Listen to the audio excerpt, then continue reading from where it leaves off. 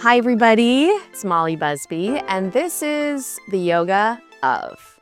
Yoga-centered conversation for Western yogis ready to embrace yoga as a way of life. On my spiritual path, the real magic started when I noticed yoga off my mat. I began applying insights from my practice into how I showed up in the world, and suddenly I could see yoga everywhere. Welcome to the Yoga of. Hello, yogis. It's me, Mollie, and I just want to paint a little picture for you on what my life looks like in this exact moment that I'm recording this.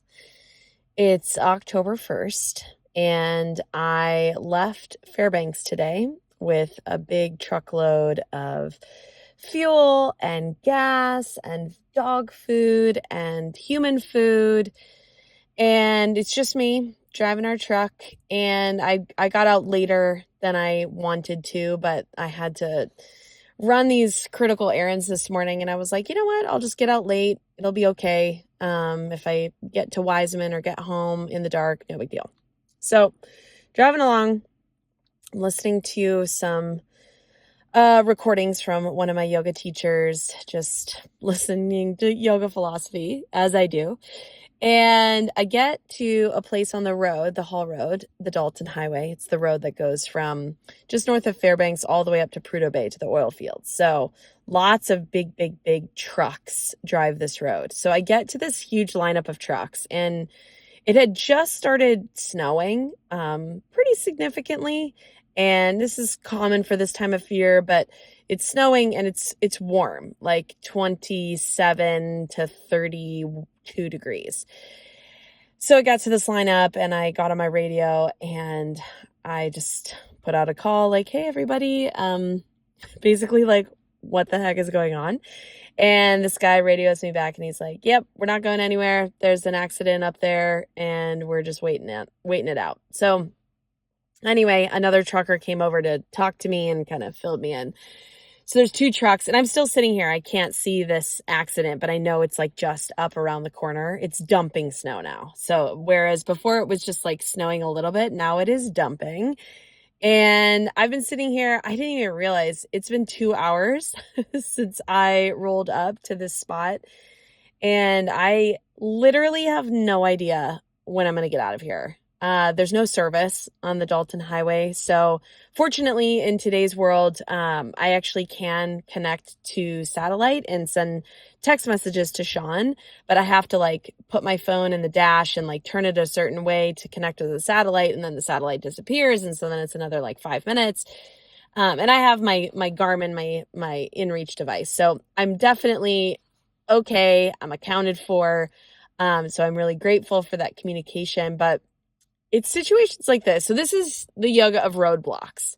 And for me, in this moment, is a literal roadblock. So I'm sitting here and I was just thinking to myself, like, how am I dealing with this? What is going through me? And I wanna kind of walk you through it because I feel like this literal roadblock is how I handle all my roadblocks.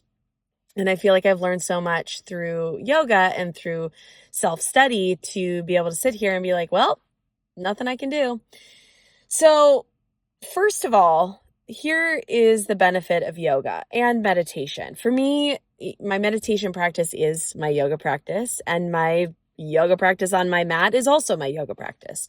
So in this way, what that time and stillness has taught me is that when stuff like this happens, my first instinct, since whatever conditioning I developed throughout my life, my first instinct is like, oh shit, right? Like, oh no, everything's ruined. Like I was going to make it home to Sean and we were going to be able to have dinner and it was going to be like a really peaceful night. Like that's ruined. And I think it's still, I'm a human being. So it's still my gut instinct to be like, oh no, this is ruining my plans. But what I've learned is to really let go of expectations quite quickly. So in my scenario here, what's super helpful is I don't really have much of a choice. I mean, I'm over 3 hours into a 6+ hour drive, maybe 7 hours at this point. And so for me, like turning around is as much of a commitment as is moving forward. So I'm literally in the middle. So there's nothing that I can do right now. And I feel like oftentimes in roadblocks, there's sometimes not anything we can do in the present moment, but just be with it, right? Or deal with what's right in front of us if it's some sort of crisis. So being present and having the ability to like take a deep breath. I really had to pee, so I marched myself into the woods off the side of the road and peed. There's all these things like, okay, I'm taking care of myself. I'm making sure I have food. There's nothing that's demanding my attention. There's nothing that I can do to help this situation with these trucks. So then I just sit. And then in my head, I ask myself, what is this moment asking of me? So in that moment, I started to sort through like, okay, what are my options? Texting Sean, seeing what the weather is. Should I turn around? Should I stay here? I was radioing a couple truckers, a couple guys that drove by just to see if there were updates. So I analyzed the whole situation, and it appears that this moment is just asking me to be here and be present. So I realized I hadn't meditated this morning yet. And I was planning on doing that on my own meditation cushion in my bedroom tonight, but that might not happen. So I just closed my eyes and did my meditation. And so this is the really powerful shift that's been huge for me, is understanding that by doing a meditation, which by the way, only really lasted 5 minutes because I, heard kind of my next steps in my meditation. I was able to step out of that. But just being willing and able to listen to my higher self and say, okay, yes, I should just meditate right now. And then what she said, and I say she, like in my head, the goddess speaks to me. And again, this is just like a higher version of myself as the goddess. And so I heard that I needed to read my journal. And so I've just been sitting here in my car for the last hour, and time flew by the way. I messaged Sean a minute ago and I was like, oh my gosh, it's been 2 hours. So I just went through, I have my journal with me in my backpack. And I just went through and read all my entries from like fall of 2022 until now, fall of 2025. And it's like such a beautiful time to reflect. Like the last 3 falls, I've had pretty big crises, if that's a word, that have gone on. I had COVID in fall of 2022. I had fibroid surgery at Mayo Clinic in 2023 and like a really long recovery. And then where I stayed in the Midwest with my mom. And then 2024, I had pneumonia around this time, and it even reared up after I thought it was gone. And so it went on for like over a month. It was really challenging. And so here I am in 2025. Perhaps this is my challenge, but it feels full circle. And I think that roadblocks like this, and like the ones that I've experienced in the last 3 years prior to now, especially when I was in it, and my journal proved this to me, I couldn't see the bigger picture. I couldn't even draw the thread where I made this realization, like, oh my gosh, this is like an initiation that I go through every single fall. And there's a lot of like spiritual significance within the yogic tradition to the holidays and the celebrations and the things that are going on in the cosmos every fall. But that's a conversation for another time. So here in 2025, as I talk to you, I think it's just really powerful to be able to, number one, read my growth in my own words. So here's a little plug for journaling and why it's important, whether you write it, whether you type it, whether you talk it out, just having some sort of record of your life progress. What a powerful thing.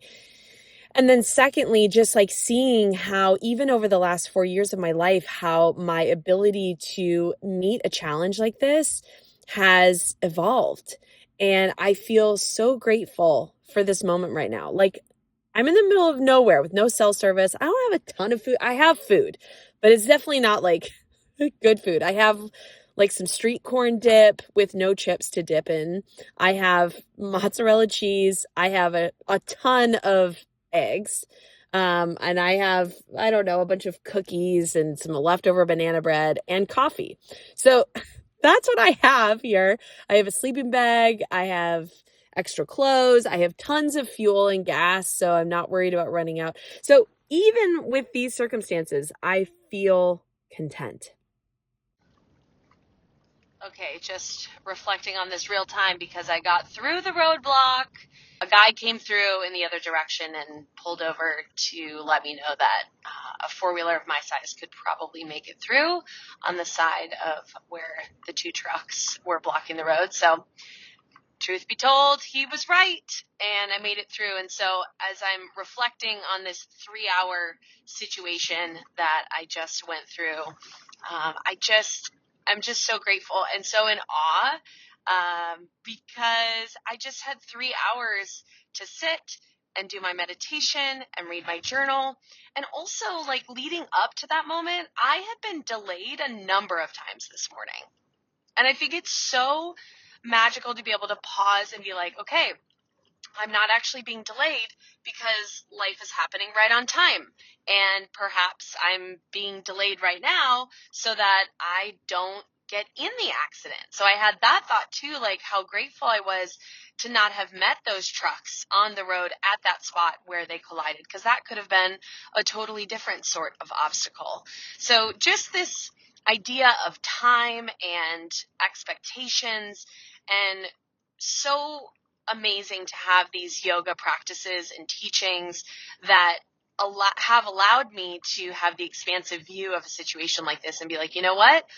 I'm right on time, and whatever happens in this moment, I'm going to make the best of it. And I'm just here for what Goddess is trying to work through my life. And what a beautiful little detour. And now I'm finally on the road back home. So hope you've enjoyed this little roadblock lesson today. I would love to hear what you thought of it. Please connect with me on social or send me an email from my website, molliebusby.com.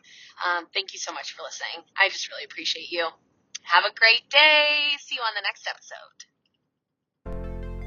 Hey everyone, just a quick reminder that in addition to hosting a podcast every few years or so, I also run online courses and online yoga teacher trainings, as well as in-person yoga teacher trainings, yoga retreats, and dog mushing retreats, and so much more at Arctic Hive, the Wilderness Lodge and Retreat Center my husband and I built above the Arctic Circle of Alaska.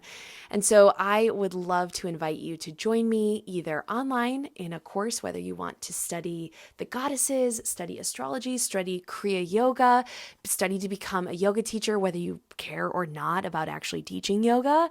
I would love for you to find more about these options on my website, molliebusby.com.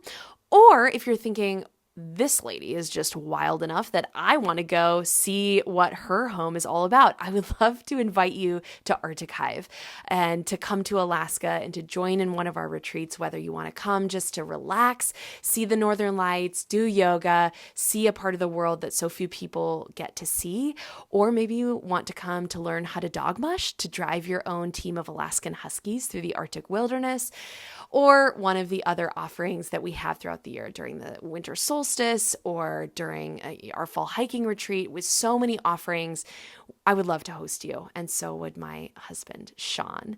So find more about our retreats and trainings at arctichive.com. I hope to hear from you soon. If you have any questions, reach out to me via email at Mollie, MOLLIE, at yogahivestudios.com. Looking forward to hearing from you.